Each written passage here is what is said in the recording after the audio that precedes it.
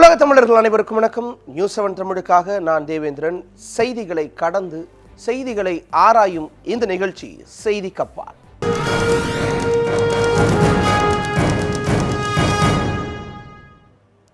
ஒவ்வொரு வாரமும் செய்தி கப்பால் நிகழ்ச்சியில் ஒரு சிறப்பு விருந்தினரோடு செய்திகளை கடந்து செய்திகளுக்கு அப்பால் நின்று அலசுவோம். இந்த வாரம் நம்முடைய நிகழ்ச்சிக்கு வருகை தந்திருக்கக்கூடிய ஆர் முத்துக்குமார் உங்களை அன்போடு வரவேற்கிறேன். வரலாற்று ஆசிரியர், பல்வேறு புத்தகங்களை தமிழ் சூழலில் தந்தவர், அரசியல் விமர்சகர். உங்களோடு இணைவதில் மகிழ்ச்சி. உங்களுடைய நேரத்திற்கு மிக்க நன்றி. இந்த நிகழ்ச்சியில் முதல் செக்மெண்ட் ரொம்ப முக்கியமான விஷயம். இந்த வாரத்தினுடைய மிக முக்கியமான செய்திகளை ஆராய்ந்து அதில் ரொம்ப ரொம்ப முக்கியமான முதல் 3 செய்திகளை வரிசைப்படுத்துகிறோம். இது டாப் 3 நியூஸ்.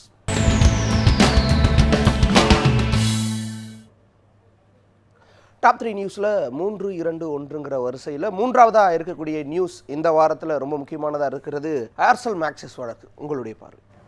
கிட்டத்தட்ட 2011 தொடர்ந்து செய்திகள் அடிபட்டு கொண்டு இருக்கக்கூடிய ஒரு மிக மிக முக்கியமான வழக்கு இந்த ஏர்செல் மேக்சிஸ் வழக்கு. இந்த நீங்கள் ஏற்கனவே இந்த தொகுப்பில் சொன்னது போல் இது வந்து ஏர்செல் நிறுவனம், தமிழகத்தைச் சேர்ந்த தொழிலதிபர் சிவசங்கரனுடைய ஏர்செல் நிறுவனத்தினுடைய பங்குகளை மலேசியாவை சேர்ந்த மேக்சிஸ் நிறுவனத்துக்கு விற்கணும் அப்படிங்கிறது வந்து தயாநிதி மாறன் மத்திய அமைச்சராக இருந்தபோது நடந்த ஒரு விஷயம். இதில் பின்னணியில் ஒரு மிரட்டல் இருக்குது. அதிகாரத்தை பயன்படுத்தி ஏர்செல் நிறுவனத்தை மிரட்டி இந்த பங்குகளை விற்க வைத்திருக்கிறார் அப்படிங்கிறது மிக முக்கியமான வழக்கு. அது தொடர்பான அந்த வழக்கு வந்து சிபிஐ நீதிமன்றத்தில் விசாரணை நடந்துகிட்டு இருக்கு. இன்னொரு பக்கம் வந்து அந்த விற்பனை நடந்ததுக்காக சட்டவிரோதமான முறையில் சன் டைரக்ட் உள்ளிட்ட நிறுவனங்களுக்கு 700 கோடி ரூபாய் உள்ளிட்ட பணப்பரிவர்த்தனை சட்டவிரோதமாக நடந்திருக்குன்னு இந்திய அந்த சட்டவிரோத பணத்தடுப்பு பணப்பரிமாற்ற தடை சட்டத்தின் கீழே அது ஒரு வழக்கு நடந்திருக்கு. இந்த 2 வழக்குமே நீதிமன்றத்தில் நடந்துகிட்டு இருக்கு. ஆனால் இந்த விவகாரத்துக்கும் 2ஆம் அலைக்கட்டை 2G ஊழல் இதுக்கும் ஒரு நெருக்கமான தொடர்பு இருக்குது அப்படின்னு சொல்லி அந்த ஏபி ஷைனி வந்து 2த்தையுமே சேர்த்து விசாரிச்சுட்டு இருக்காரு. ஆனால் இவங்களுடைய கோரிக்கை என்ன அப்படின்னா, இது வந்து அரசியல் ரீதியாக தொடுக்கப்பட்ட வழக்கு, அது தனி. இந்த ஏர்செல் மேக்ஸ்ங்கிறது 2 நிறுவனங்களுடைய தனிப்பட்ட முறையிலான விவகாரங்கள் தொடர்பான வழக்கு. 2G நீதிமன்றம் விசாரிக்க கூடாது அப்படிங்கிறாங்க. என்னன்னா இந்த 2 நிறுவனங்களுக்கான வழக்கை வந்து பிரச்சனைகளை வந்து 2 நிறுவனங்களுமே பேசி தீர்த்துக்கலாம். இந்த மனு வந்து தள்ளுபடி செய்யப்பட்டிருக்கிறது. அதாவது நீதிமன்றம் வந்து சிபிஐ தான் விசாரிக்கணும், சிபிஐ நீதிமன்றம் தான் விசாரிக்கணுங்கிறது ஷைனியுடைய ஆரம்பத்திலிருந்து தொடர்ந்து சொல்லக்கூடிய ஒரு விஷயம். ஆனால் அதுக்கு எதிராக அவங்க வழக்கு தொடுத்தாலும் கூட தங்களுடைய நிலைப்பாட்டில் வந்து உறுதியாக இருக்குது உச்ச நீதிமன்றம். அதனால இந்த வழக்கு வந்து ஒரு வகையில் மாறன் சகோதரருக்கு ஒரு வகையில் பின்னடைவு. 2 சந்தேகம். 1, 2Gயோட இந்த வழக்கையும் சேர்த்து விசாரிக்கலாங்கிற நிலைப்பாடு எப்படிப்பட்ட தாக்கத்தை ஏற்படுத்தும்? இன்னொன்று, இந்த வழக்கு அப்படிங்கிறது தமிழக அரசியல் வரலாற்றில் அல்லது தமிழக அரசியல் போக்கில் ஏதேனும் ஒரு மாற்றத்தை பிரதிபலிப்பை ஏற்படுத்தும்? இல்லை, தமிழக அரசியலில் இந்த 2G வழக்குங்கிறது வந்து பாதிப்பை ஏற்படுத்துமா அப்படின்னா எனக்கு வந்து பெரிய அளவில் அது தாக்கத்தை ஏற்படுத்தாதுன்றதான் என்னுடைய கணிப்பு. ஏன்னா அரசியல் ரீதியாக இந்த மாதிரியான வழக்குகளுக்கெல்லாம் 5 ஆண்டுகள் தான் அதிகபட்ச ஆயுள். அரசியல் களத்தில் நான் சொல்கிறேன், அது வழக்கு நீதிமன்றத்தில் இருக்கும், தொடர்ந்து விசாரணை நடக்கும், தண்டனை அடுத்தது தண்டனை இல்லை அல்லது தப்பிக்கலாம், அது வேறு விஷயம். ஆனால் அரசியல் களத்தை பொறுத்த வரைக்கும் இந்த மாதிரியான வழக்குகளுக்கு அரசியல் காலத்தில் 5 ஆண்டுகள் தான் ஆயுள். அதனால் இது ஒரு பெரிய தாக்கத்தை ஏற்படுத்தாது. குறிப்பாக இந்த 2G விவகாரங்கிறது வந்து 2009 தேர்தல், 2011 தேர்தல், 2014 தேர்தல், 2016 தேர்தல், இந்த இத்தனை தேர்தல்களையும் தொடர்ந்து பேசப்பட்டு கொண்டே இருக்கக்கூடிய ஒரு விஷயம் தான். இப்போ கடைசியாக பார்த்தீங்கன்னா இந்த 2G வழக்கு வந்து திமுகவோட தான் நம்ம வந்து இணைத்து பேசுகிறோம். ஆனால் இந்த தேர்தலில் ஒரு கடந்த காலத்தில் இருந்ததை விட ஒரு மிகப்பெரிய இடத்தை வந்து திமுக பெற்றிருக்கு. அதனால் இந்த 2G வழக்குங்கிறது அரசியல் களத்தில் பெரிய அளவில் ஒரு பெரிய தாக்கத்தை ஏற்படுத்தாது. ஆனால் தனிப்பட்ட முறையில் மாறன் சகோதரருக்கு இது பாதிப்பை ஏற்படுத்தலாம். ஆனால் அரசியல் களத்தில் பெரிய எதிரொலியை ஏற்படுத்துமாங்கிறத எனக்கு சில ஐயங்கள் இருக்குது. டாப் 3ல அடுத்த நியூஸை பார்க்கலாம். டாப் 3ல 2ஆவதாக இருக்கக்கூடிய செய்தி அப்படிங்கிறது ரொம்ப காலமாகவே வந்து ஒவ்வொரு வருடத்தினுடைய பருவ காலத்திலும் நீடித்து கொண்டு இருக்கக்கூடிய பிரச்சனை. இந்த ஆண்டும் திருவள்ளூர், மதுரை போன்ற இடங்களில் இந்த காலகட்டத்தில் மர்ம காய்ச்சலால் பலி எண்ணிக்கை அப்படிங்கிறது அதிகரிச்சுட்டு இருக்கு. இந்த மர்ம காய்ச்சல் அதனால் ஏற்படக்கூடிய உயிரிழப்புகள், இந்த சுகாதார சீர்கேட்டினால் வரக்கூடிய இந்த நோய்கள் குறிப்பாக இந்தந்த காலகட்டத்தில் மட்டும் தொடர்ச்சியாக வந்துக்கிட்டே இருக்குது. இது குறித்து உங்களுடைய பார்வை கடந்த வாரத்தில் வந்த செய்திகளின் அடிப்படையில். மர்ம காய்ச்சல் அப்படின்னு சொல்கிறாங்க. மர்ம காய்ச்சல்னா என்ன? அதுக்கு பெயரே கிடையாதா அப்படிங்கிறது முக்கியமான கேள்வி. எதுக்காக அது வந்து இன்னைக்கு அறிவியல் வந்து மிகப்பெரிய அளவில் வளர்ந்துருக்கு. குறிப்பாக மருத்துவத்துறை வந்து விஸ்வரூப வளர்ச்சியை வந்து பேருருவம் கொண்டிருக்குன்னு சொல்லலாம் இன்றைக்கி இருக்கக்கூடிய சூழல். ஆனாலும் கூட மர்ம காய்ச்சல்னு ஒரு பெயர் இல்லாமல் அழைக்கிறதுங்கிறது வந்து ஏன் அப்படிங்கிறது முக்கியமான கேள்வி. இந்த மர்ம காய்ச்சலுங்கிற வகையில் நம்ம எதெல்லாம் சொல்கிறோம் அப்படின்னா சிக்குன்குன்யா, டெங்கு, இந்த ஸ்வைன் ஃப்ளூங்கிற அந்த பன்றி காய்ச்சல் இதெல்லாம் வந்து நம்ம வந்து அந்த கிட்டத்தட்ட இந்த வகையில் வந்து அடக்குறோம். என்ன காரணம்னா இதனுடைய அறிகுறிகள் வந்து மிக தெளிவாக தெரியாததுனால டாக்டர்கிட்ட போகிறாங்க. ஆனால் இந்த ஒவ்வொரு காய்ச்சலுக்கும் இந்த பன்றி காய்ச்சல்னா அதுக்கு ஒரு அறிகுறி. ஆனால் சில விஷயங்களை வந்து என்னென்ன கண்டுபிடிக்க முடியாத ஒரு சூழலில் மருத்துவர்களை வந்து தள்ளிடுது. அதனால தான் இதை வந்து மர்ம காய்ச்சல் அப்படின்னு சொல்கிறாங்க. இதில் மர்ம காய்ச்சல்னு சொல்கிறதுடைய இன்னொரு பின்னணியும் இருக்குது. என்னென்னா சில சமயங்களில் வந்து அந்த டெங்கு இந்த மாதிரியான விஷயங்களில் நான் ஒரு குறிப்பிட்ட கிராமத்தில் பரவுது அப்படின்னா, இந்த டெங்கு பரவுது அதை உரிய நடவடிக்கை எடுக்கலை அப்படின்னா அரசாங்கத்துக்கு நோக்கி எதிர்க்கட்சிகள் கேள்வி எழுப்பும். அதனால் டெங்குன்னு நேரடியாக சொல்லாமல் மர்ம காய்ச்சல்னு பொதுவாக சொல்லிட்டா ஒரு அந்த அரசியல் நெருக்கடிகள்லேருந்து அரசு தப்பிக்கலாம். அது ஒரு மிக முக்கியமான பின்னணி. அந்த அரசியலெல்லாம் தாண்டி முக்கியமான விஷயம் என்னென்னா, இந்த மாதிரியான விஷயங்கள் நடக்கிறப்போ தங்களுக்கு நெருக்கடி அப்படின்லாம் பார்க்காம அந்த குறிப்பிட்ட பகுதிகளில் எப்படிலாம் சுகாதார பணிகளை ஈடுபடுத்தணும், குறிப்பாக அந்த அந்த யார் யாருக்கெல்லாம் அந்த அறிகுறிகள் இருக்கோ அவங்களுடைய உறவினர்கள், அந்த பக்கத்தில் இருக்கிறவங்க இவங்களெல்லாம் வந்து மருத்துவமனைக்கு ஆரம்ப சுகாதார நிலையங்கள்லாம் எங்கே பார்த்தாலுமே இருக்குது. அதில் அழைச்சிட்டு போய் உடனடியாக சோதனை செஞ்சு அதுக்கு உரிய மருத்துவ நடவடிக்கைகளை எடுக்கிறதுங்கிறது ரொம்ப முக்கியமான விஷயம். ஆனாலும் கூட இன்னைக்கு வந்து அந்த மர்ம காய்ச்சல்னு சொல்றதுல எனக்கு பெரிய அளவில் உடன்பாடு இல்லை. என்ன காய்ச்சல் அப்படின்னு சொல்லி அதற்கு உரிய நடவடிக்கைகளை மருத்துவ ரீதியான நடவடிக்கைகளை எடுக்கிறது தான் வந்து முக்கியமான பொறுப்பு. அரசினுடைய இந்த நடவடிக்கைகள் இந்த மாதிரியான மர்ம காய்ச்சல் அது என்னவாக இருக்கட்டும், டெங்கு மலேரியா இல்லை என்னவாக இருக்கட்டும், அதை கட்டுப்படுத்துறதுல அரசினுடைய நடவடிக்கைகள் உங்களுக்கு திருப்தி அளிக்கக்கூடிய வகையில் இருக்குதா? இந்த பொதுவாக அந்த நிலவேம்பு கஷாயம் அப்படின்ற ஒன்று சொல்லுவாங்க, அது மட்டுமே தீர்வா? அதை வந்து அரசாங்கம் ப்ரொமோட் பண்ணுது. அது வந்து ப்ரொமோட் பண்ண வேண்டிய முக்கியமான விஷயம் தான். ஆனால் நிலவேம்பு கஷாயம் போன்ற விஷயங்களே போதுமானது. அரசாங்கம் வந்து அதுலேருந்து அதை முடிச்சுக்கலாம், தன்னுடைய பணியை முடிச்சுக்கலாம்னு நினச்சா அது ஆகப்பெரிய ஆபத்து, அது மிகப்பெரிய ஒரு அபாயத்துக்கு இட்டு செல்லும். அதனால் இன்றைக்கி மருத்துவர்கள் நிறைய லெவலில் இருக்காங்க, தனியார் மருத்துவர்கள், அரசாங்க மருத்துவர்கள் எல்லாரும் இருக்காங்க. நிறைய இந்த மாதிரியான பிரச்சனைகள் ஏற்படக்கூடிய பகுதிகளெல்லாம் முகாம்கள் அமைச்சு மிக தீவிரமாக அந்த தீர்ப்பதற்கான நடவடிக்கைகளை எடுக்கணும். குறிப்பாக இப்போ நோய் வந்துடுச்சுன்னா அதை தீர்க்கிறதுங்கிறது ரெண்டாவது. அந்த நோய் வராமல் இருக்கிறதுக்கான முயற்சிகள் இருக்குது இல்லையா, இந்த கழிவு நீர் அது தேங்காமல் இருக்கிறது, அந்த மாதிரி நடவடிக்கைகளில் மாநகராட்சி உள்ளிட்ட நகராட்சி எல்லா பணிகளையும் முடுக்கி விடுறதுங்கிறது வந்து குறிப்பாக இந்த மாதிரியான கட்டத்தில் அவசியம். ஏன்னா வழக்கமாக செப்டம்பரில் வரக்கூடிய இந்த மாதிரியான மர்ம காய்ச்சல், இந்த சோகால்டு மர்ம காய்ச்சல் ஆகஸ்ட் மாத தொடக்கத்திலேயே வந்து வேலூர் உள்ளிட்ட மாவட்டங்களில் நம்ம செய்திகளில் தொடர்ந்து பார்க்குறோம். அதாவது இது வந்து மரணத்துக்கு இட்டு செல்லுது. பல மரணங்கள் நடந்திருக்குது. இன்ன காரணம்னு சொல்லாமல் மர்ம காய்ச்சல் அப்படின்னு சொல்லி சொல்கிறாங்க. ஆகஸ்ட் மாதத்துலேயே இது தொடங்கிட்டதுனால இந்த மாதிரியான அந்த அதாவது முன்னெச்சரிக்கை நடவடிக்கைகள் மிக தீவிரமாக எடுக்கணுங்கிறது முக்கியமான விஷயம். ஒவ்வொரு முறையும் வந்து மர்ம காய்ச்சலால் பாதிக்கப்படக்கூடிய அல்லது ரொம்ப தீவிரமடைஞ்ச நிலையில் தனியார் மருத்துவமனைகள்லேருந்து கைவிடப்பட்டு அரசு மருத்துவமனைக்கு கொண்டு செல்கிறாங்க. அப்போது இறக்கக்கூடிய சம்பவம் நடந்திருக்கு. செய்திகளில் கடந்த வாரங்களிலே பார்க்கும் பொழுது தனியார் மருத்துவமனையில் இதற்கு மேலே ட்ரீட்மெண்ட் கொடுக்க முடியாது அப்படின்னு அப்போ அவங்க வந்து அரசு மருத்துவமனைக்கு கொண்டு செல்கிற ஒரு நிலை இருக்குது. இந்த மாதிரியான செயல்கள் கூட இதில் வந்து ஒரு இறப்புக்கான காரணமாக பார்க்கலாமா? ஏன்னா சரியான மருத்துவ வசதி ஏற்படுத்தி தராமல் அல்லது சரியான மருத்துவத்திட்ட வந்து கொண்டு போகாமல் மருத்துவமனைகளில் கொண்டு போய் சேர்க்காதது ஒரு காரணம்னு சொல்லலாம். அதாவது தனியார் மருத்துவமனையில் ட்ரீட்மெண்ட் பண்ண முடியாமல் அரசு மருத்துவமனைக்கு வர்றாங்க நோயாளிகள் அப்படின்னா அரசாங்கத்தினுடைய பொறுப்பு எந்த அளவுக்கு இருக்குது அப்படிங்கிறது இதுலேருந்து நம்ம புரிஞ்சுக்க வேண்டிய விஷயம். அதனால் அரசு வந்து இந்த மருத்துவம் போன்ற விஷயங்களை தனியாரை மட்டுமே நம்பி இருக்காமல் ஒரு பெரிய அளவில் மக்கள் பாதிக்கப்படுறப்போ அரசாங்கம் வந்து அதை எதிர்கொள்வதற்கு அந்த நோயாளிகளை காப்பாற்றுவதற்கான மருத்துவ சிகிச்சைகள் உள்ளிட்ட ஏற்பாடுகளை முன்கூட்டி மிக தீவிரமாக செய்திருக்கணும். இன்றைக்கி மருத்துவ உலகம் வந்து மிகப்பெரிய அளவில் விரிவடைந்திருக்கு. அதனால் தனியாரை நம்பிக்கிட்டே இல்லாமல் மக்கள் வந்து எண்டாவது வந்து உங்களை நம்பி தான் வர்றாங்கிறப்ப இன்னும் ஆக்கப்பூர்வமான நடவடிக்கைகளில் ஈடுபடணுங்கிறது. மர்ம காய்ச்சல் அப்படிங்கிற செய்திகள் வர தொடங்கின பிறகு நிறைய போலி மருத்துவர்களும் கைது செய்யப்படுறாங்க. இதன் மூலமாக வந்து போலி மருத்துவர்களுடைய எண்ணிக்கை அல்லது அவங்களால சரியாக ட்ரீட்மெண்ட் கொடுக்க முடியாததுனால தான் இந்த மாதிரியான இறப்புகள் நடக்குதுன்னு அவங்க மேலே ஒரு பிளேமை வைக்கிறதுக்கான ஒரு வாய்ப்பு இருக்குது அரசு. இல்லை, போலி மருத்துவருங்கிறது தனியாக விவாதிக்க வேண்டிய விஷயம். ஏன்னா எந்த ஒரு விஷயத்துக்குமே இந்த போலி மருத்துவர்களுடைய அவங்க வந்து சரியான ட்ரீட்மெண்ட் அவங்களால சரியாக ட்ரீட் பண்ண முடியாது. அதனால தான் அவங்களுக்கு அதிகமாக கைது செய்யப்படுறாங்க. இந்த மாதிரியான எந்த ஒரு விஷயத்திலையுமே இந்த மாதிரியான ஒரு விஷயம் பெரிய அளவில் எழும்போது தான் அதை சுற்றி இருக்கக்கூடிய பிரச்சனைகள்லாம் நம்ம கண்ணுக்கு தெரிய வரும். அது அப்போ தான் நம்ம வந்து ஜூம் பண்ணி பார்க்கும்போது தான் அதில் இருக்கக்கூடிய குறைகள் தெரிய வரும். அதனுடைய வெளிப்பாடு இந்த போலி மருத்துவர்கள் இந்த சமயத்தில் அதிகம் வெளிப்படுவதற்கு காரணம் என்னன்னா, அதை நம்ம இப்போ தான் வந்து அதுக்கு ஃபோக்கஸ் பண்ணுறோம், ஜூம் பண்ணி பார்க்குறோம். அதுதான் காரணம். அடுத்து டாப் 3 நியூஸில் முதலாவதாக இருக்கக்கூடிய செய்தி ரொம்ப முக்கியமான செய்தி. கடந்த சில வாரங்களாகவே நீடிச்சிட்டு இருக்கிற செய்தியில் கடந்த வாரத்தில் நிகழ்ந்த சம்பவம் அப்படிங்கிறது ரொம்பவே அரசியல் நிகழ்வில் ரொம்பவே முக்கியமான விஷயமாக பார்க்கப்படுது. காவிரி விவகாரம் தொடர்பாக நடைபெற்ற பேரணியில் தீக்குளித்து இறந்த இளைஞர் விக்னேஷ், இந்த சம்பவம் நிறைய பேருக்கு பேரதிர்ச்சியாக இருந்துச்சு. ரொம்ப கவலையில் ஆழ்த்தி இருந்துச்சுன்னு சொல்லலாம். ஒரு இளைஞர் தீக்குளித்து உயிர் நீக்கிறார். இந்த சம்பவத்தை ஆர் முத்துக்குமார் எப்படி பார்க்குறார்? இது ரொம்ப முக்கியமான விஷயமா பார்க்குறேன். ஏன்னா வந்து ஒரு பிரச்சனை நாட்டில் பல்வேறு கட்ட பிரச்சனைகள் இருக்குது. ஒவ்வொரு பிரச்சனையும் தீர்ப்பதற்கு போராட்ட வடிவங்கள் அப்படின்னு பல விஷயங்கள் இருக்குது. குறிப்பாக வந்து ஒரு பிரச்சனையை தீர்க்கணும் அப்படின்னு சொன்னால் அதுக்கு வந்து பேச்சுவார்த்தைகள் அல்லது கடித பரிவர்த்தனை போன்ற உரையாடல் வழி போராட்ட முறை அப்படின்னு ஒன்று இருக்குது. இன்னொன்று வந்து சட்ட ரீதியான வழக்குகள், சட்ட ரீதியாக சந்தித்த வழக்குகள் தொடுத்து அதன் மூலமாக பிரச்சனையை தீர்க்கிறதுங்கிறது ரெண்டாவது விஷயம். அடுத்தது வந்து மக்களை களத்துக்கு அழைத்து வந்து அவங்க மூலமாக போராட்டத்தை வழி நடத்துவது அல்லது போராட்டத்தை அழுத்தம் கொடுப்பதுங்கிறது ஒரு முறை. இந்த 3 முறைகள் தான் வந்து பெருமளவு கடந்த காலங்களில் இருக்கக்கூடிய உலகம் தழுவிய அளவில் இருக்கக்கூடிய பிரச்சனைகளுக்கு தீர்வு கொடுத்துருக்கிறது அப்படின்னு பார்த்தா இந்த 3 வகைகள் தான். ஒன்று பேச்சுவார்த்தை மூலமாக, இன்னொன்று சட்ட ரீதியாக, இன்னொன்று மக்களை களத்துக்கு அழைத்து வந்து அதன் மூலமாக அரசுக்கு அல்லது யார் பிரச்சனை செய்கிறார்களோ அவர்களுக்கு அழுத்தம் கொடுத்து அந்த பிரச்சனை தீர்ப்பதுங்கிறதா வந்து கடந்த காலங்களில் வெற்றி பெற்ற அணுகுமுறை அல்லது வெற்றியை நோக்கி அழைத்து சென்ற அணுகுமுறை அப்படின்னு சொல்லலாம்.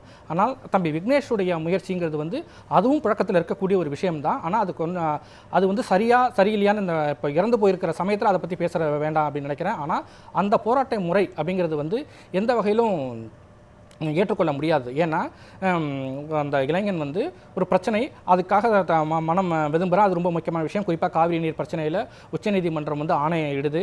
ஆனால் ஆணையிட்ட பிறகும் காவிரி நீரை திறக்கிறதுக்கு அரசாங்கம் வந்து தயாராக இல்லை, தாமதப்படுத்துது. இங்கேருந்து அழுத்தங்களுக்கு கிளம்பின பிறகு உச்சநீதிமன்றம் திரும்பவும் வலியுறுத்திய பிறகு அவங்க நீரை திறந்து விடுறாங்க. திறந்து விட்டதுக்கு கூட பெரிய அளவில் வந்து அங்கே கலவரம் வெடிக்குது. குறிப்பாக அது வந்து இனக்கலவரமாக மாறுது. தமிழர்களுக்கு எதிரான தாக்குதல், பேருந்து எரிப்பு இப்படின்னு போகிறப்போ தங்களுடைய உணர்ச்சிகளை வெளிப்படுத்த வேண்டிய ஒரு கட்டாயம் வந்து இளைய சமுதாயத்துக்கு ஏற்படுதுங்கிறது உண்மைதான். ஆனால் அதை தாண்டி இந்த தீர்வு அப்படிங்கிறது வந்து அந்த இளைஞனுடைய மரணத்தில் இல்லை. தன்னைத்தானே எரித்துக் கொள்ளுதல், தனக்குத்தானே தண்டனை கொடுத்துக் கொள்ளுதல் அப்படிங்கிறது பிரச்சனையை நோக்கி தீர்வதற்கான ஒரு வழி அல்ல. அதை தாண்டி உரையாடல் வழி, சட்ட வழி, இதுதான் வந்து ரொம்ப முக்கியமான விஷயம். ஆனால் மொழிப்போர் தியாகம் இதையெல்லாம் வந்து பெருமையா பேசி இந்திய எதிர்ப்பு போராட்டத்தின் போது உயிர் நீத்தவங்க இந்த மாதிரியான விஷயங்களை பெருமையா பேசுற சமூகத்துல இது சரியான தோற்றமா இளைஞர்கள்ட்ட போய் சேராதா? இல்லை, அதாவது அடிப்படையில் வந்து இளைஞர்கள் வந்து அரசியலுக்கு வரணும், அது ரொம்பவும் முக்கியம். அதை தாண்டி இளைஞர்களை அரசியல் படுத்த வேண்டியது ரொம்பவும் முக்கியம் அப்படின்னு நான் பார்க்குறேன். அதுதான் வந்து இந்த மாதிரியான பிரச்சனைகளுக்கெல்லாம் வந்து ஒரு தீர்வு அமையும். என்னென்னா அரசியல் படுத்துதல் அப்படின்னா நம்மளுடைய நாடு என்ன, நம்மளுடைய இன வரலாறு என்ன, நம்மளுடைய மொழி வரலாறு என்ன, நம்மளுடைய பண்பாடு என்ன, நம்மை சுற்றி இருக்கக்கூடியவர்களுடைய பண்பாடு என்ன, நம்முடைய பண்பாடுகளின் மீது நடக்கக்கூடிய தாக்குதல்கள் என்ன, சமூக நீதி, இந்த மாதிரியான விஷயங்கள்லாம் வந்து பெண்ணுரிமை, பெண் கல்வி, மானுட உரிமை, நம்மை சுற்றி நம்மளுடைய போராட்ட கால வரலாறுகள், ஒவ்வொரு பிரச்சனையும் சந்தித்ததற்கு நாம் என்னென்ன மாதிரியான போராட்டங்களெல்லாம் நம்ம சந்தித்தோம், அதன் மூலமாக என்னென்ன லாபங்களை சந்தித்தோம், என்னென்ன பின்னடைவுகளை சந்தித்தோம், இது மாதிரியான விஷயங்களை இளைஞர்களுக்கு புகட்டணும். அந்த குறிப்பாக அரசியலுக்கு வரக்கூடிய இளைஞர்களுக்கு நம்மளோட வரலாறை பார்க்குறோம், தமிழக வரலாறு, தமிழில் மொழிப்போர் தியாகங்களை படிக்கிறோம். இதெல்லாம் படிக்கும் பொழுது அந்த போராட்டத்தில், அந்த போராட்ட காலத்தில் தீக்குளித்து உயிரிழந்தவங்க, உயிர் நீத்தவங்களை வந்து நம்ம பெருமையா பேசும் பொழுது, அந்த போராட்டங்கள்லாம் வெற்றி பெறும் பொழுது, இந்த போராட்ட வழியை நான் கையாண்டா என்ன வந்து போற்றுவாங்க, அல்லது இந்த போராட்ட வழியை நான் கையாண்டா இந்த போராட்டத்தில் வெற்றி கிடைக்கும் அப்படிங்கிற ஒரு எண்ணம் தானே இயல்பா வரும். ஆனா அந்த போராட்ட இயல்பாக வரும்போது அது வந்து சரியான வழி அல்ல. என்னை பொறுத்த வரைக்கும் வந்து தன்னைத்தானே எரித்துக் கொள்ளுதல், தீக்குளித்து சாதல் அப்படிங்கிறதுல வந்து ஒரு சரியான தீர்வை நோக்கிய பாதை அல்ல அப்படிங்கிறது முக்கியமான விஷயம். இதை யார் அதை அந்த இளைஞர்களுக்கு சொல்லணும் அப்படின்னா, அவர்களை அந்த இளைஞர்கள் யாரை வழிகாட்டிகளாக நினைத்துக் கொண்டிருக்கிறார்களோ அந்த தலைவர்கள் செய்யணும். அது நிச்சயமா அந்த தலைவர்கள் வந்து உரிய அளவில் அவங்க வந்து அவங்கள தற்கொலைக்கு தூண்டுனாங்க அப்படின்னு சொல்ல முடியாது. ஆனால் அதை நோக்கி அவங்க போகாமல் இருக்கிறதுக்கு உண்டான நடவடிக்கைகளை வந்து அந்த தலைவர்கள் ஏற்படுத்தியிருக்கணும். மொழிப்போர் சமயத்துல ஈழப்போர் நடக்கும் பொழுது அந்த சமயங்கள்ல நடந்த சம்பவங்களுக்கும் தலைமைதான் காரணம் இல்லை. அதாவது ஒரு பிரச்சனை வருது அப்படின்னா அந்த பிரச்சனைகளுக்கு எந்த ஒரு மனிதனாக இருந்தாலும் எதிர்வினை ஆற்றுவான். அது இந்த எதிர்வினை எப்படி ஆற்றணும் அப்படிங்கிறது ரொம்ப முக்கியமான விஷயம். மொழிப்போர் தியாகிகள் நம்ம சொல்கிறோம், அது வந்து அவங்க தியாகிகள், அதுக்கு உண்டான உரிய மரியாதைகள் எல்லாமே நம்ம கொடுத்துட்டு இருக்கோம், உரிய பதிவுகள் எல்லாமே நம்ம செய்கிறோம், ஒவ்வொரு வருஷமும் அவங்கள வந்து இது பண்ணுறோம். ஆனால் அந்த தியாகம் செய்த பிறகு அதை போற்றுவது என்பது வேறு. இதே தியாகத்தை எல்லாரும் செஞ்சாதான் இன்னும் நம்ம வெற்றியை நோக்கி நகர முடியுங்கிற ஒரு சித்திரத்தை உருவாக்குறதுங்கிறது வேற.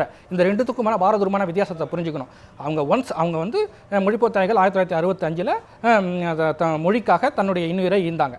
அதுக்காக அவங்கள வந்து நம்ம வந்து போற்றுறோம். ஆனால் அடுத்த தலைமுறையும் அப்படித்தான் இயங்கணும், அவங்கள வழிநடத்தி தான் செல்லணும் அப்படிங்கிறது இல்லை. ஏன்னா மொழிப்போர் தியாகிகள் அப்படிங்கிறது வந்து குறைவான எண்ணிக்கை. ஆனால் அதை தாண்டி பல்வேறுபட்ட இளைஞர்கள் லட்சக்கணக்கான இளைஞர்கள் அதுக்காக போராடினாங்க. அவங்க எல்லாருமே வந்து அந்த முறையை கையாண்டாங்க இல்லை.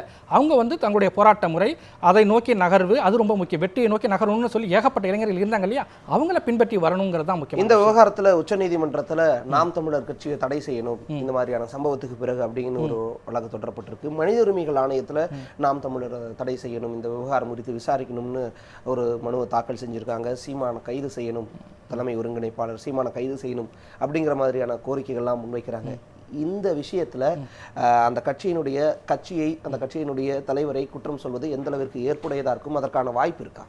இல்லை, அதாவது அடிப்படையில் சீமான் வந்து இளைஞர்களை ஈர்க்கக்கூடிய வகையில் பேசக்கூடியவர், மிகச்சிறப்பாக பேசக்கூடியவர். பெரியாரிய மேடைகளிலிருந்து தொடர்ந்து அவர் பேசி வருகிறார். அதன் காரணமாக அவரை நோக்கி வந்த இளைஞர்கள் கூட்டம் அப்படிங்கிறது வந்து கணிசமான அளவுக்கு இருக்கிறதுங்க, எந்த விதமான சந்தேகமும் இல்லை. ஆனால் அவருடைய அந்த ஆவேசமான பேச்சு, ஆக்ரோஷமான பேச்சை நோக்கி இளைஞர்கள் வருகிறார்கள். அதை வந்து இன்னும் ஆக்கப்பூர்வமாக பயன்படுத்த வேண்டும்ங்கிறது ரொம்ப முக்கியமான விஷயம். ஆனால் இந்த ஒரு விஷயம், அது நாம் தமிழர் பேரணியில் இப்படி ஒரு சம்பவம் நடந்துச்சு அப்படிங்கிறதுக்காக அந்த கட்சியே தடை செய்யணுங்கிறது வந்து ஒரு பாசிச பேச்சு அப்படின்னு தான் இதை நான் பார்க்குறேன். அதாவது எந்த ஒரு இயக்கமும், அரசியல் இயக்கமும் வந்து ஒரு இளைஞனை வந்து பலி கொடுத்துட்டு தான் வளரணும் அப்படின்ற நோக்கத்தோடு வராது. அந்த அமைப்பில் இருக்கக்கூடிய ஒரு இளைஞன், எத்தனையோ பேர் அந்த பேரணியில் கலந்துட்டாங்க. அந்த ஒரு இளைஞன் மட்டும் கொஞ்சம் உணர்ச்சி வசப்பட்டு தன்னை தீக்குளிச்சிட்டான். ஆனால் அந்த ஒரு காரணத்துக்காகவே இந்த நாம் தமிழர் கட்சியே இருக்கக்கூடாது, அந்த கட்சியை தடை செய்யணும் அல்லது சீமானை கைது செய்யணும் அப்படிங்கிறதுலாம் எந்த வகையில் வந்து ஜனநாயகத்துக்கு உகந்த நடவடிக்கை எல்லாம் பாசிச நடவடிக்கை. இந்த வழியை வந்து கையாளாதீங்கன்னு கூட அவர் சொல்லலையே. இந்த மாதிரியான சம்பவங்களில் ஈடுபடாதீங்க, இந்த மாதிரியான போராட்ட வழிமுறை வேண்டாமே அப்படின்னு கூட அவர் சொல்லலை. இல்லை, அதாவது இதை வந்து ரெண்டு விதமாக பார்க்கணும். நம்மளுடைய இன்னுயிரை ஈந்தா தான் வந்து இந்த போராட்டத்தை நோக்கி போராட்டத்துக்கு வெற்றி கிடைக்கணும் சீமான் எந்த வகையில் எந்த மேடையிலையும் சொன்னாரா? இல்லை இல்லையா? அதனால் இதை வந்து ஒரு பெரிய ஒரு குற்றச்சாட்டாக நம்ம சொல்ல முடியாது. தற்கொலை பண்ணிப்பாங்க, திடீர்னு தீக்குளிப்பு நடந்துரும் அப்படின்னு இளைஞர்களே, என்னுடைய தம்பிகளே தீக்குளிக்காதீர்கள்னு அவர் போய் சொல்ல முடியுமா? என்ன சொல்ல முடியாது. ஏதோ ஒரு தனிப்பட்ட இளைஞன் தன்னுடைய உணர்ச்சி, தனக்கு வந்து இதுதான் தீர்வு அப்படின்னு அவன் நம்பி அதை வந்து அவன் செஞ்சுட்டான். பொதுவான கோரிக்கைகளை தான் விடுக்க முடியுமே தவிர இண்டிவிஜுவலாக போயிட்டு இந்த மாதிரி தீக்குளிக்காதீங்க அப்படின்ற ஒரு கோரிக்கையை வந்து ஒரு அரசியல் கட்சி தலைவராக அவரை வந்து சொல்கிறதுங்கிறது சாத்தியமில்லை. ஆனால் இப்பொழுது சொல்லலாம், இந்த மாதிரியான நடவடிக்கைகளை இறங்காதீர்கள், இது வந்து நிரந்தர தீர்வு அல்ல, இது தீர்வை நோக்கிய பாதை அல்ல. விக்னேஷனுடைய மரணத்துக்கு பிறகு சீமானிடம் வந்து இப்படியான கோரிக்கை வந்து தங்களுடைய தொண்டர்களுக்கு வரலாம், அது நியாயமான விஷயம். ஆனால் இதுக்கு முன்னாடியே நீங்கள் தற்கொலைலாம் பண்ணிக்க கூடாதுன்னு சொல்கிறது வந்து எந்த வகையிலும் பொருத்தப்படக்கூடியதல்ல.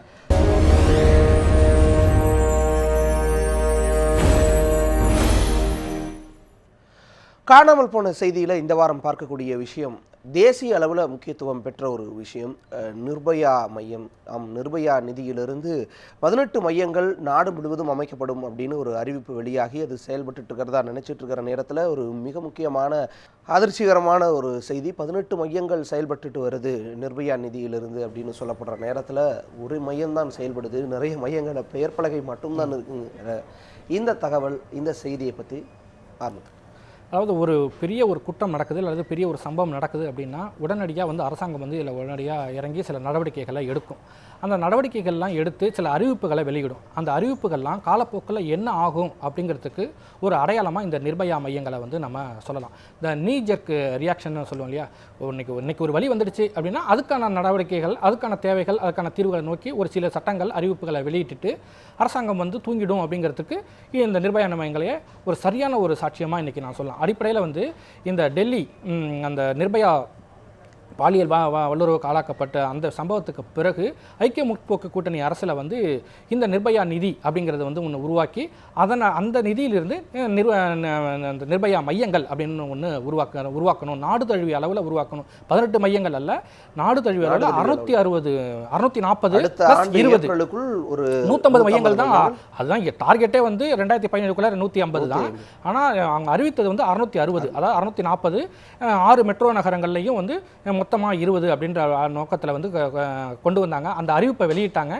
அந்த ஒவ்வொரு மையங்களும் ஒவ்வொரு மாவட்டங்களையும் இருக்கணும். அதில் வந்து ஒவ்வொரு அந்த மையத்திலையும் அந்த பாலியல் வல்லுறவுக்கு ஆளாக்கப்பட்ட பெண்களுக்கு 3 வகையில் உதவி பண்ணணும் அப்படிங்கிறது தான் வந்து அந்த மையத்தினுடைய நோக்கம். ஒன்று வந்து மருத்துவ ரீதியான அவங்களுக்கு உதவி செய்யணும், இன்னொன்று வந்து சட்ட ரீதியான உதவிகளை செய்யணும், மூன்றாவது வந்து உளவியல் ரீதியான ஆலோசனைகள் இதை கொடுக்கணும். இதுதான் வந்து ரொம்ப முக்கியமான விஷயம். குறிப்பாக அந்த சட்ட ரீதியான நடவடிக்கைகளுக்கு உரிய உதவிகளெல்லாம் வந்து அவங்க யாரையும் நாடி இருக்கக்கூடாது அப்படிங்கிறதுனால அரசாங்கமே அதை செய்யணுங்கிறதுக்காக இந்த சட்ட மையம், அந்த நிர்பயா மையம் அப்படிங்கிறதே உருவாக்குறதுனுடைய அந்த கான்செப்டுடைய அடித்தளமே அதுதான். அதில் வந்து 9 அந்த ஒவ்வொரு மையத்துக்கும் 9 பணியாளர்கள் நியமிக்கணும். அந்த 9 பணியாளர்கள் அப்படிங்கிறவங்க வந்து ஒரு மருத்துவர், ஒரு மனவள ஆலோசகர், ஒரு வழக்கறிஞர், ஒரு காவல்துறை அதிகாரி, அதாவது இன்ஸ்பெக்டர் தகுதிக்கு அந்தஸ்துக்கு குறையாத அதிகாரி, இவங்கெல்லாம் இருக்கணும் அப்படிங்கிறது அடிப்படையில் இவங்க இந்த நிர்பயா மையத்துக்கான கூறுகள். ஆனால் இந்த நோக்கத்தில் இந்திய அளவில் வந்து மொத்தமே 18 தான். ராய்ப்பூரை தவிர மற்ற 17 மையங்களுமே வெறுமனே பெயர் பலகையோட நிற்கிதுங்கிறது ரொம்பவும் வருத்தத்துக்குரிய விஷயம். இதில் என்னென்னா, முதல்ல ஐக்கிய முற்போக்கு கூட்டணி அரசில் 1000 கோடி நிதி இது பண்ணாங்க.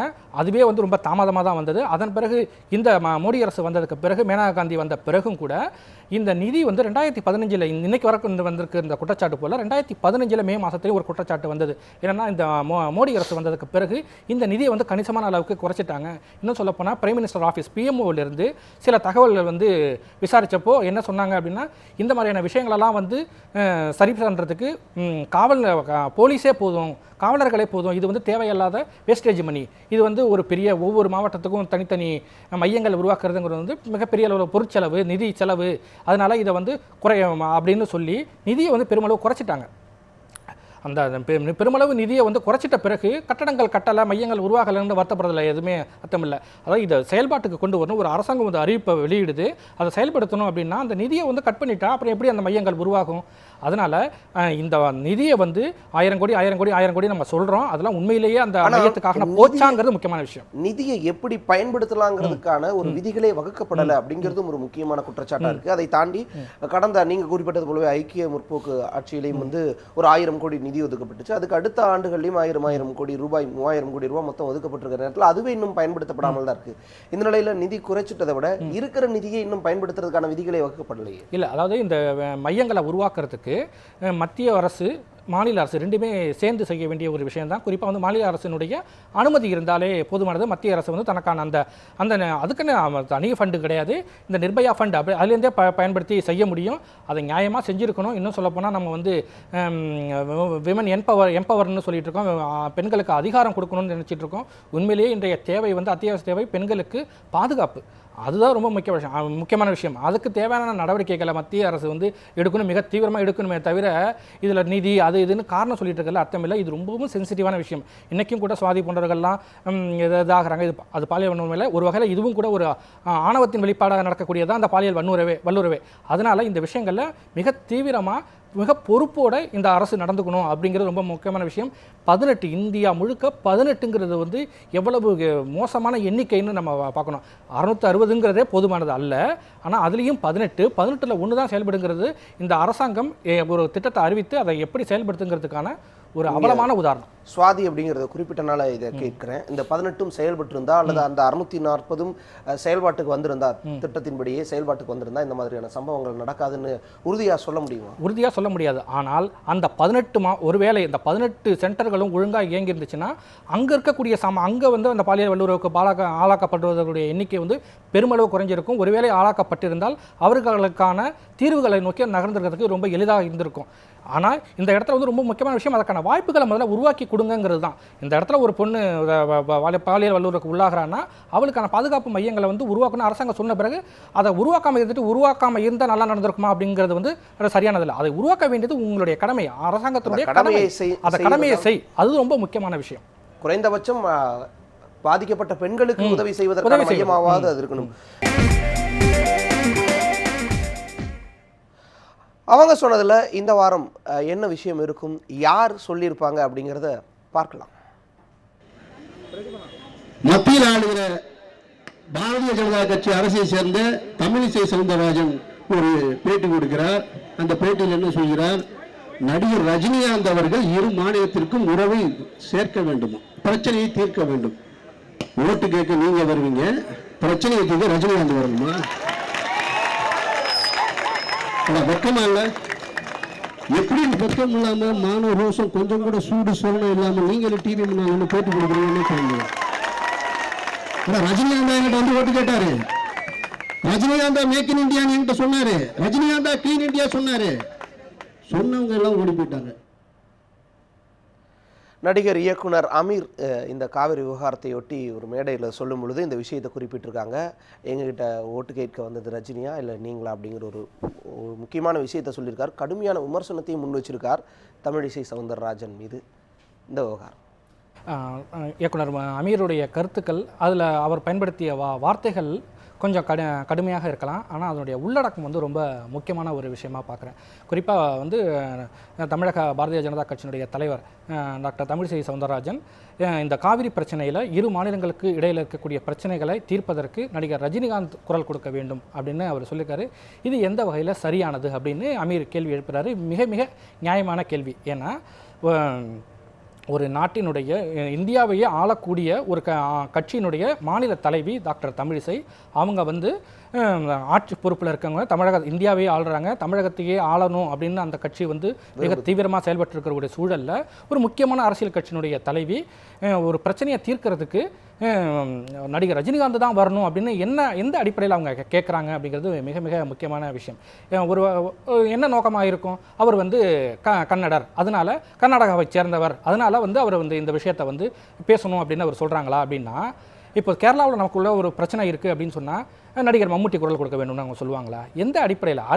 அதாவது இந்த ஒரு விஷயத்தை வந்து ஒரு மிகப்பெரிய பிரச்சனையை, கொந்தளிப்பான ஒரு பிரச்சனையை, அந்த பிரச்சனையை தீர்க்கிறதுக்கு அதிகாரத்தில் இருக்கக்கூடிய மத்திய அரசு, மாநில அரசு எல்லாம் இருக்கிறப்போ அதையெல்லாம் விட்டுட்டு ரஜினிகாந்த் சொல்வதனுடைய அர்த்தம் என்ன அப்படிங்கிற முக்கியமான விஷயம். இது வந்து 2 காரணமாக இருக்கும், 2 அல்லது 3 காரணங்கள் இருக்கும் அப்படின்னு நான் நினைக்கிறேன். என்னென்னா, ஒரு அரசியல் கட்சி, நாட்டினுடைய முக்கியமான அரசியல் கட்சி மக்கள் மத்தியில் ஒரு உரையாடல் நடத்தி இந்த பிரச்சனையை வந்து தீர்க்கணும்.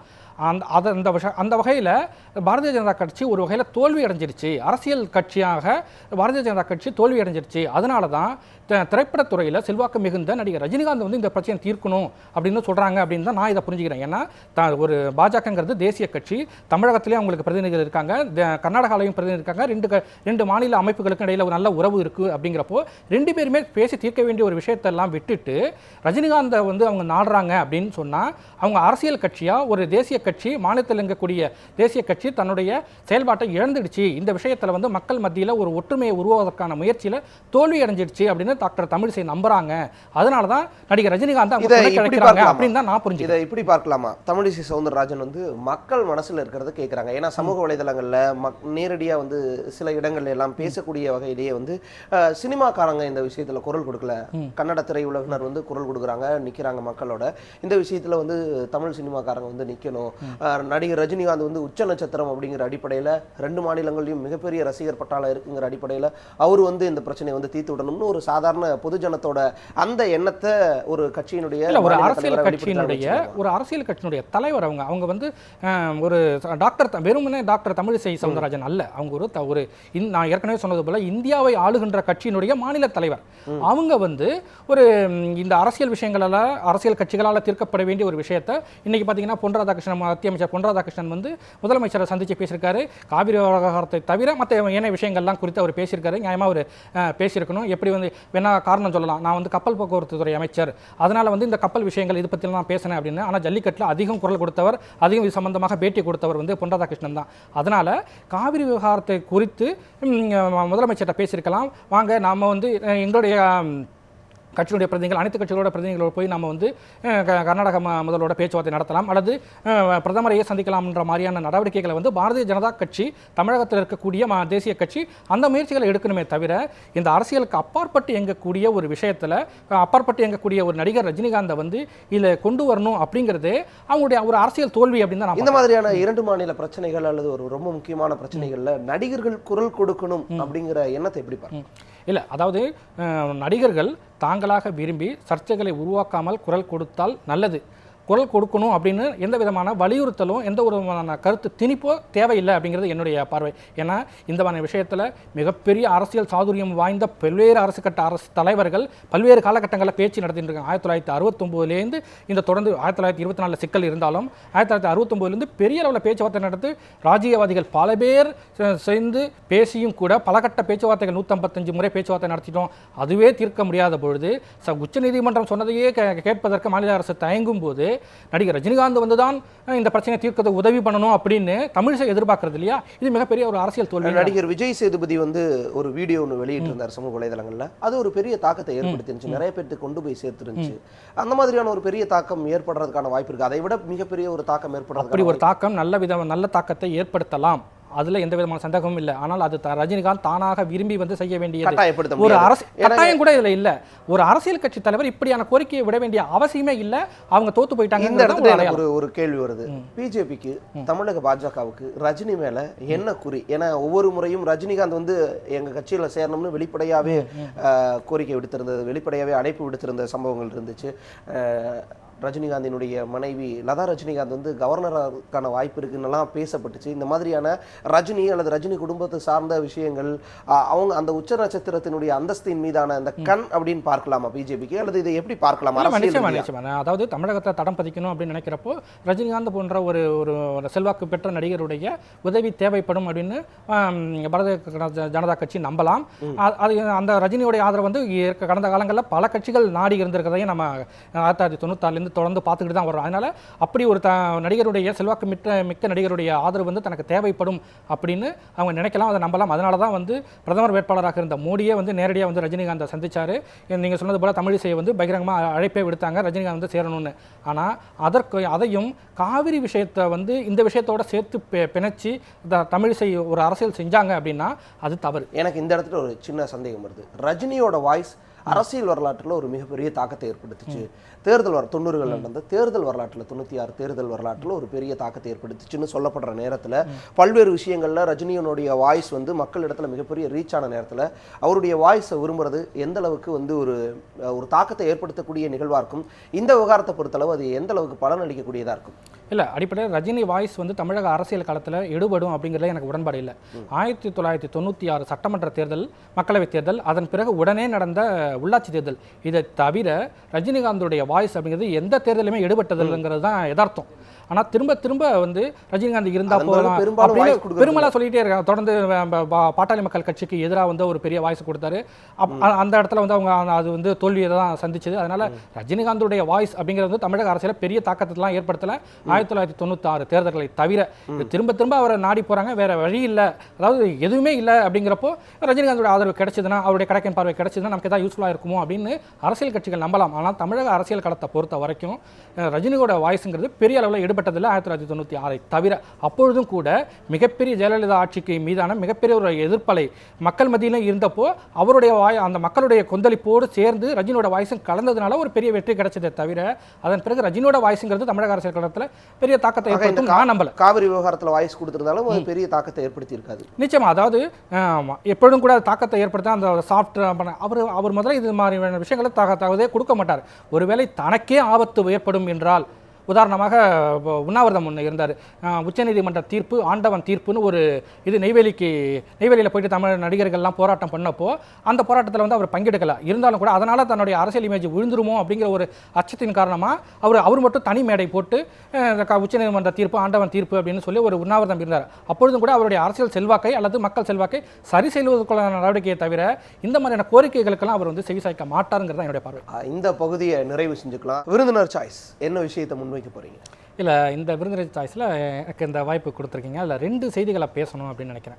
ஒன்று வந்து மரியாதைக்குரிய மூத்த எழுத்தாளர் பாலகுமாரன் வந்து தன்னுடைய ஃபேஸ்புக் பக்கத்தில் ஒரு தகவலை பதிவு பண்ணியிருக்காரு. தகவல் அப்படிங்கிறத விட தன்னுடைய உள்ள கிடக்கையை வெளிப்படுத்தியிருக்கிறாரு. அது ரொம்ப முக்கியமான விஷயமா பார்க்குறேன். குறிப்பாக வந்து பெரியாருடைய பிறந்த நாளை ஒட்டி அந்த சமயத்தில் அவர் வந்து ஒரு கருத்தை முன் வச்சிருக்காரு. என்ன அப்படின்னா, இன்றைக்கி வந்து கோயில்களில் பக்தர்களுடைய எண்ணிக்கை வந்து மிகப்பெரிய அளவில் இருக்குது. முன்னாடிலாம் வந்து ஒரு காலத்தில் வந்து கோயிலுக்குள்ளே போயிட்டு சுலபமாக வெகு விரைவில் வந்துருக்கோம். ஆனால் இன்றைக்கெல்லாம் பக்தர்களுடைய எண்ணிக்கை மிகப்பெரிய அளவில் அதிகரிச்சிருக்கு. எங்கே பார்த்தாலும் எல்லா கோயில்களிலும் எண்ணிக்கை விசேஷ காலங்களில் பண்டிகை காலங்களில் பெரிய அளவில் கூடியிருக்காங்க. இதுக்கு காரணம் அது முக்கியமாக ஈவே ராமசாமி நாயக்கர், பெரியாரை வந்து ஈவே ராமசாமி நாயக்கர் அப்படின்னு அவர் கோட் பண்ணியிருக்காரு. ஈவே நாயக்கர் வந்து தன்னுடைய இயக்கத்தை கண்ட பிறகு தான் இந்த அளவுக்கு பக்தர்களுடைய எண்ணிக்கை வந்து அதிகரிச்சிருக்கு. அதுக்கு வந்து நாயக்கருக்கு நன்றி சொல்லணும் அப்படின்ற மாதிரியான ஒரு துணியில் ஒரு பதிவை போட்டிருக்கிறாரு. அது ரொம்ப முக்கியமான பதிவை பார்க்குறேன். ஏன்னா வந்து ஒவ்வொரு மனிதனுக்கும் ஒவ்வொருத்தருக்கும் வந்து தன்னுடைய கருத்துக்களை வெளிப்படுத்துவதற்கு உரிமை உண்டு. அந்த அடிப்படையில் அந்த கருத்தை நான் பார்க்குறேன். அதை வந்து அந்த கருத்துக்கு உரிய மரியாதை கொடுக்கும் வகையில் அதற்கான எதிர்வினையை ஆற்ற வேண்டியது நம்முடைய கடமை அப்படின்னு நான் பார்க்குறேன். ஏன்னா 2 விஷயம் இருக்குது. இப்போ பக்தர்களுடைய எண்ணிக்கை அதிகரிச்சிருக்கு அப்படின்னா அதுக்கு வந்து பெரியார் காரணம் அப்படின்னு அவர் சொல்கிறார் அப்படின்னா அது ஒரு விமர்சன துணி, கிண்டல் துணியில் சொல்கிறாரு. உண்மையிலேயே 2 விஷயங்கள் இதில் நம்ம பார்க்கணும். ஒன்று, பெரியார் இயக்கம் கண்ட அந்த சூழலில் கோயிலுக்குள்ளே அனுமதிக்கப்பட்ட மக்கள் யாரெல்லாம் அனுமதிக்கப்பட்டாங்க, இன்றைக்கி பெரியாருடைய இயக்கம் கண்ட பிறகு எத்தனை பேர் கோயிலுக்குள்ளே நுழையிறதுக்கு அனுமதிக்கப்பட்டிருக்காங்க அப்படிங்கிறதுக்கான வித்தியாசம் வந்து பாரதூரமானது. அதனால தான் அந்த பகுத்தறிவு வைக்கம் போராட்டம், பெரியாருடைய அதாவது வைக்கம் வந்து அந்த அந்த அந்த அந்த ஏரியாக்குள்ளே தெருக்கள் நுழைவு போராட்டம், அதுவும் கூட ஒரு வகையில் மறைமுகமாக வந்து கோயிலுக்குள்ளே நுழையாமல் இருக்கிறதுக்கான ஒரு மறைமுக நடவடிக்கை தான். இந்த மாதிரி பல்வேறு கோயில்களில் தாழ்த்தப்பட்ட சாதியினரோ அல்லது மற்ற இதர பிரிவினரோ வந்து கோயிலுக்குள்ளேயே போக முடியாத ஒரு காலகட்டம் இருந்தது. அந்த ஒரு காலகட்டத்தெல்லாம் உடைக்கணும். எப்படி வந்து பகுத்தறிவு வந்து பெரியார் இயக்கத்தினுடைய மிக மிக முக்கியமான கூறோ, அதே போல் சுயமரியாதை அப்படிங்கிற அந்த கோயிலுக்குள்ளே நீயும் மனுஷன் நானும் மனுஷன், நான் ஏன் அந்த கோவிலுக்குள்ளே போகக்கூடாது, உனக்கு உரிமை இருக்குன்னா எனக்கு உரிமை இருக்குது அப்படின்னு சொல்லி அவங்களுடைய உரிமைகளுக்காக சேர்த்து போராடியவர் பெரியார். அதனால் மிகப்பெரிய அளவில் ஒரு மக்கள் மத்தியில் ஒரு போராட்டம் அல்லது எல்லாமே எழுந்து கோயிலுக்குள்ளே போகிறவர்களுடைய எண்ணிக்கை வந்து அதிகரிச்சதுக்கு ஒரு வகையில் பெரியாருடைய முயற்சிகளும் காரணம் தான். அதில் எந்த விதமான சந்தேகமும் இல்லை. அதற்கு தான் அவர் நன்றி தெரிவிச்சிருக்கிறார் அப்படின்னே அதை நான் புரிஞ்சுக்கிறேன். ஏன்னா உரிமை இல்லாதவர்களுக்கும் உரிமை கொடுக்க வேண்டும்ங்கிறது தான் வந்து பெரியார் சொல்லக்கூடிய தத்துவம். அதைத்தான் வந்து அந்த போராட்டத்தினுடைய ஒரு வகை வெற்றி தான் வந்து இந்த எண்ணிக்கை பெறுகிறதுக்கு காரணம். ஆனால் அவர்களையும் கூட பகுத்தறிவு பாதைக்கு அழைத்து சொல்ல வேண்டும் அப்படிங்கிறது சுயமரியாதை இயக்கத்தினுடைய திராவிட இயக்கத்தினுடைய தொடர் போராட்டம். அது எப்போதும் போல தொடர்ந்து கொண்டே இருக்கும். அதில் எந்த விதமான சந்தேகமும் இல்லை. அடுத்தது முக்கியமான விஷயம் லாஜிக்கல் விஷயத்தை நம்ம பார்க்கணும். பெரியார் இயக்கம் கண்டபோது நம்மளுடைய மக்கள் தொகை என்ன, இன்னைக்கு இருக்கக்கூடிய மக்கள் தொகை என்ன, இப்போது அன்னைக்கு இருந்த கோயில்களுடைய எண்ணிக்கை என்ன, இன்றைக்கி இருக்கக்கூடிய கொள்கைகளுடைய எண்ணிக்கை என்ன. அதனால் மக்கள் தொகை மிகப்பெரிய அளவில் பாரதூரமாக உயர்ந்திருக்கிறப்போ அந்த தங்களுடைய பிரச்சனைகளுக்காக தீர்வு தேடி கோயிலை நோக்கி நகரக்கூடிய எண்ணிக்கை வந்து அதிகமாக தான் இருக்கும். அது ரொம்ப இயல்பானது. அதுக்கும் இதுக்கும் முடிச்சு போட்டு பார்க்குறதுங்கிறது எந்த வகையிலும் பொருத்தப்பாடு உடையது அல்ல அப்படிங்கிறது என்னுடைய முக்கியமான கருத்து. இது எழுத்தாளர் பாலகுமாரன் மீதான மிகுந்த மதிப்போடு இந்த விமர்சனத்தை வைக்க வேண்டிய ஒரு கட்டாயம் இருக்குது. 2 சந்தேகம் இருக்குது. ஒன்று, விஞ்ஞானம் வளர்ந்தால் இந்த மாதிரியான விஷயங்கள்லாம் வந்து போயிடும், இந்த மாதிரியான மூட நம்பிக்கைகள். ஏன்னா கடவுளே வந்து ஒரு மூட பழக்கம் தான் சொல்லியிருந்தார். அப்படிங்கிற அடிப்படையில் இதெல்லாம் போயிடும். விஞ்ஞான வளர்ச்சி, மக்கள்கிட்ட வந்து கல்வி அறிவு புகழ்றது, அவங்க அறிவியல் பார்வையோடு பார்க்கும் பொழுது இதெல்லாம் நீங்கிடும், கோயிலுக்கு செல்றதெல்லாம் நீங்கிடும் அப்படின்னு கனவு கண்டவர் பெரியார். ஆனால் இங்கே நிலைமையே மாறி இருக்கு. விஞ்ஞான வளர்ச்சியில் நம்ம எவ்வளோ தூரம் முன்னாடி வந்துட்டு அந்த 60 ஆண்டுகள்லன்னு பார்க்க முடியுது. ஆனால் இன்னுமே வந்து கோயிலுக்கு போகிற எண்ணிக்கை வந்து என்னதான் மக்கள் தொகை பெருகி இருந்தாலும், என்னதான் வந்து எல்லாருமே உள்ள நுழையலாம் அப்படின்னு இருந்தாலும், ஒரு இவ்வளவு நாள் என்ன உள்ள அனுமதிக்காத இடத்துக்கு நான் ஒரு தடவை போகிறதுக்கு வேணா என்னோட உரிமைக்காக போராடலாம். ஆனால் வந்து ஒவ்வொரு தடவையும் நான் போகிறதுக்கு ஆசைப்படுவேனா என்ன அப்படிங்கிற ஒரு கேள்வி எழலாம். இந்த மாதிரியான சம்பவங்களில் இந்த மாதிரியான லாஜிக் அடிப்படையில் இது எப்படி சாத்தியமாக இருக்க முடியும்னு நினைக்கிறீங்க? அதாவது பகுத்தறிவு பேசுகிறவங்க ஒரு தடையாவது உள்ளே போகணும் அப்படின்னு நினச்சி போகிறதில்ல. ஆனால் அந்த அந்த குறிப்பாக கடவுள் நம்பிக்கை, தங்களுடைய என்னதான் பொருளாதாரம் இந்த பல்வேறு விஷயங்கள் இருந்தாலும், அறிவியல் முன்னேற்றம் அடைந்தாலும் கூட தங்களுடைய பிரச்சனைகளுக்கு எங்கே தீர்வு கிடைக்கும், எதுவுமே தீர்வு கிடைக்கல அப்படின்னா ஒரு வேளை கடவுள்கிட்ட போனால் தீர்வு கிடைக்குமோ அப்படின்னு ஒரு நம்பிக்கை இருங்க. அதை தான் நம்ம மூட நம்பிக்கைன்னு சொல்கிறோம். அந்த மூட நம்பிக்கையின் அடிப்படையில் அவங்களோட நம்பிக்கைன்னு அதை வச்சுக்குவோம். அந்த நம்பிக்கையின் அடிப்படையில் அவங்க போகிறப்போ அவங்களையும் சேர்த்து அவங்களுக்கான உரிமைகளுக்காகவும் போராடிய அதே இயக்கம் இந்த மற்றவங்களுக்காக பகுத்தறிவு சிந்தனையோடு நீங்கள் வளர வேண்டும்ங்கிறது இருக்காங்க இல்லையா, அவங்களையும் சேர்த்து அவங்களுக்காகவும் குரல் கொடுக்கக்கூடிய ஒரு இயக்கமாக தான் வந்து பெரியார் இயக்கம் தொடர்ந்து செயல்படும். இதில் இன்னொரு விஷயம் இருக்குது. ஒரு வேளை வந்து சரியான அளவில் போராட்டங்களை முன்னெடுக்கலையோ, பெரியார் அளவுக்கு வந்து தீவிரமாக போய் களத்தில் இறங்கலையோ, கோயில்களில் வந்து அவங்க பிரச்சாரம் பண்ணலையோ அப்படிங்கிற ஒரு கேள்வியும் இருக்குது. இன்னொரு விஷயம் குறிப்பிட்டிருந்தீங்க, நேர சுருக்கமாக அந்த விஷயத்தையும் பதிவு செய்யலாம். அதாவது இன்னும் தீவிரமாக செயல்படுவாங்க. அதாவது எய்ட்ஸ் நோயாளிகள் அதிகரிச்சுக்கிட்டே இருக்காங்கன்னா மருத்துவர்களுடைய எண்ணிக்கை, மருந்துகளுடைய எண்ணிக்கை அதிகரிச்சுக்கிட்டே தான் போகணும். அது அதிகரிச்சுக்கிட்டே இருக்குங்கிறதுக்காக நம்ம வந்து அமைதியாக இருந்துட முடியாது. இன்னும் தீவிரமாக தான் செயல்பட வேண்டிய ஒரு கட்டாயம் இருக்குது. அதை பெரியார் இயக்கங்கள் தொடர்ந்து செய்யும், இன்னும் வேகமாக செய்யும் அப்படிங்கிறது ரொம்ப முக்கியமான விஷயம். அடுத்தது வந்து நான் சொல்லக்கூடிய இன்னும் சொல்ல விரும்ப இன்னொரு செய்தி வந்து இந்தி திணிப்பு பற்றி நம்ம மத்திய உள்துறை இணையமைச்சர் கிரண் ரிஜிஜு சொன்ன கருத்து. ஏன்னா இந்த கிரண் ரிஜிஜு உள்துறை இணையமைச்சராக வந்த பிறகு தான் இந்த இந்தி திணிப்பு அப்படிங்கிற விஷயம் குறிப்பாக மோடி அரசு வந்த பிறகு மிகப்பெரிய அளவில் இருந்துச்சு. ஆனால் இன்னைக்கு வந்து இந்தி திணிப்பு நடவடிக்கைகளில் வந்து அப்படிலாம் எந்த நடவடிக்கையிலும் நாங்கள் ஈடுபடலை அப்படின்னு ஒரு வாக்குமூலம் கொடுத்த அதே வேளையில் இந்திக்கு மிக அதிக அளவிலான முன்னுரிமையை கொடுப்போம் அப்படின்னு அவர் சொல்லியிருக்காரு. இது முதல் கருத்துக்கும் இரண்டாம் கருத்துக்குமான வித்தியாசங்கிறது தான் பாரதிய ஜனதா கட்சியினுடைய அஜெண்டா அப்படிங்கிறது முக்கியமான விஷயம். இந்த விஷயத்தை பொறுத்தளவு எப்படி பார்க்கலாம்? ஏன்னா கடந்த இந்த 4 வருஷம் இந்த 5 வருஷ காலகட்டத்தில் நிறைய விஷயங்கள் வந்து திணிக்கப்படுறதுக்கு எதிர்ப்பாக இங்கே வந்து போராட்டங்கள் முன்வைக்கப்படுது. சில விஷயங்களை எல்லாம் நம்ம எதிர்க்கிறோம். அப்படிங்கிறப்ப இந்த சொல்லாடல், இந்த சொல் அப்படிங்கிறது எப்படி பார்க்கலாம்? இல்லை, அதாவது இந்த அந்த எதிர்ப்புகள் அதிகமாக வர்றப்போ சற்று பின்வாங்கக்கூடிய போக்கை வந்து மோடி அரசு கடைபிடிச்சிருக்குங்கிறது கடந்த காலங்களில் கடந்த 1 வருஷத்துக்கு முன்னாடியே நம்ம பார்த்தோம். ஆனால் இந்த விஷயத்தில் முக்கியமான விஷயமா அந்த கிரண் ரிஜிஜுவோட பேட்டியில் கடைசி அம்சமாக அவர் என்ன சொல்லியிருக்கார் அப்படின்னா, 8வது அட்டவணையில் 22 மொழிகள் இருக்குது, இன்னும் கூட போஜ்பூரி உள்ளிட்ட 38 மொழிகள் அந்த அட்டவணையில் சேரணும் அப்படின்னு ஒரு கோரிக்கை இருக்குது. அந்த கோரிக்கையும் பரிசீலிக்கப்படும் அப்படின்னு அவர் சொல்லியிருக்கார் இல்லையா? இது வந்து ஒரு ஆறுதலான அம்சமாக நான் பார்க்குறேன். உங்களுடைய வருகைக்கு மிக்க நன்றி. நேர சுருக்கம் இந்த அளவிலே இந்த விவாதத்தை முடிக்க வேண்டிய அவசியம் ஏற்பட்டிருக்கு நேர பற்றாக்குறையால். இருந்தாலும் மிக சிறப்பான கருத்துக்களை, ரொம்ப முக்கியமான இந்த ஒரு வாரத்தில் நிகழ்ந்த மிக முக்கியமான விஷயங்களை எல்லாம் குறித்து அலசியதற்கு ரொம்ப ரொம்ப நன்றி. செய்தி கப்பால் நிகழ்ச்சிக்கு வந்தமைக்கு. இந்த அளவிலே செய்தி கப்பால் நிகழ்ச்சியை வந்து நிறைவு செய்யலாம். மீண்டும் அடுத்த வாரம் செய்தி கப்பால் நிகழ்ச்சியில் சந்திக்கலாம். வணக்கம்.